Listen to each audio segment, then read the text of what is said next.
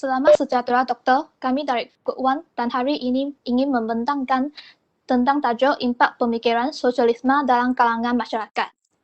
Penelitian ini bertujuan untuk mengidentifikasi impak pemikiran sosialisme dalam kalangan masyarakat dalam kerangka mewujudkan ideologinya tersebut.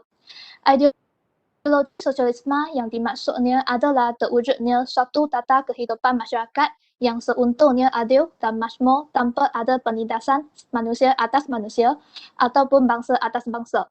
Penemuan utama adalah bahawa analisis hubungan antara impak pemikiran terhadap sosialisme dengan isu sosialisme, kelebihan dan keburukan sosialisme, serta implikasi terhadap sosialisme dalam kalangan masyarakat.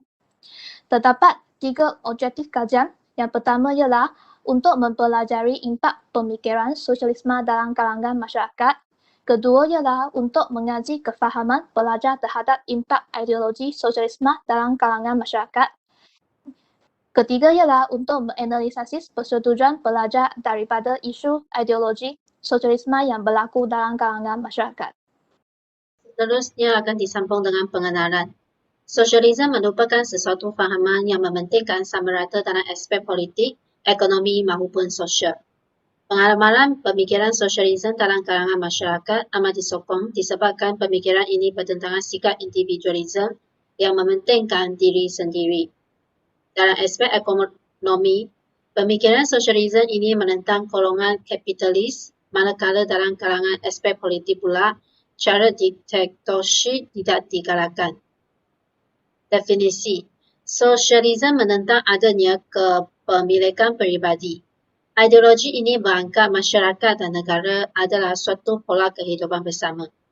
Segala sumber kekayaan negara dinikmati bersama oleh seluruh rakyat secara sama rata.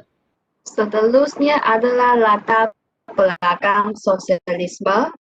Beberapa orang berpendapat bahawa Robert Owen merupakan seorang sosialis yang pertama.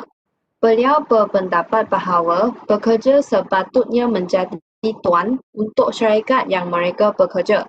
Keuntungan perlu dikongsi sesama pekerja-pekerja dan tidak bersikap monopoli. Selepas itu adalah impak umum terhadap sosialisme. Kerajaan terlibat secara langsung dalam merancang dan mengawal kegiatan ekonomi.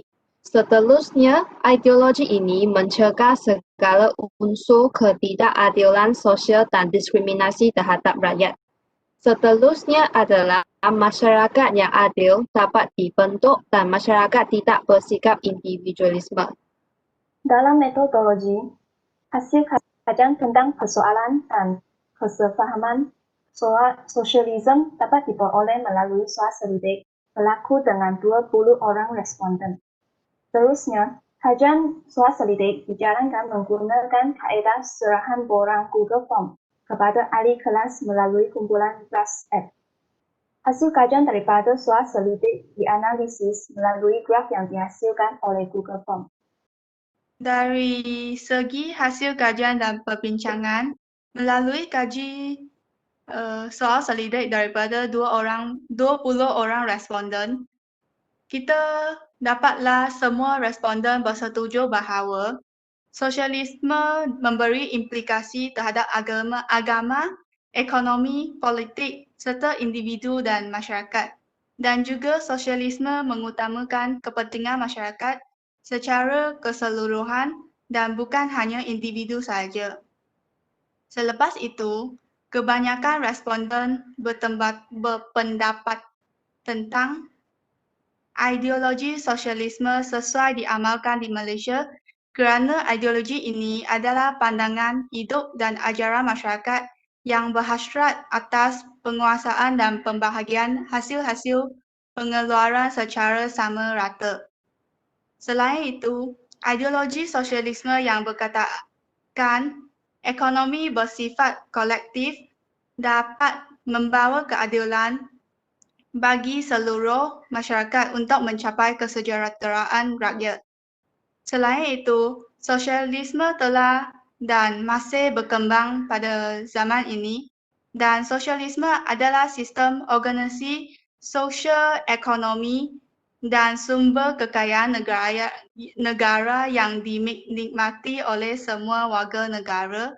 Sosialisme menjadi sistem yang menghasilkan ketidakseimbangan yang semakin mendalam, kitaran pengangguran dan kemurungan berulang, dan memelahkan usaha manusia untuk membina politik demokratik dan budaya inklusif.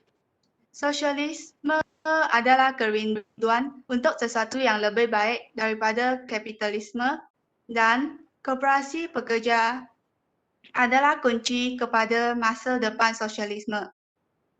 Akhir sekali, hampir separuh responden berpendapat bahawa pengalaman sosialisme dapat mencegah segala unsur ketidakadilan sosial dan diskriminasi terhadap rakyat.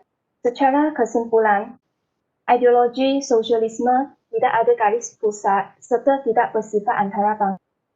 Kerana setiap negara memiliki ciri khas tersendiri yang sesuai dengan sejarahnya tentang sosialisme.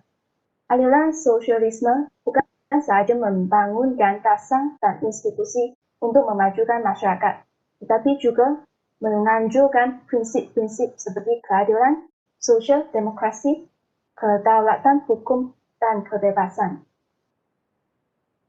Itulah sahaja pembentangan poster grup 1. Sekian, terima kasih.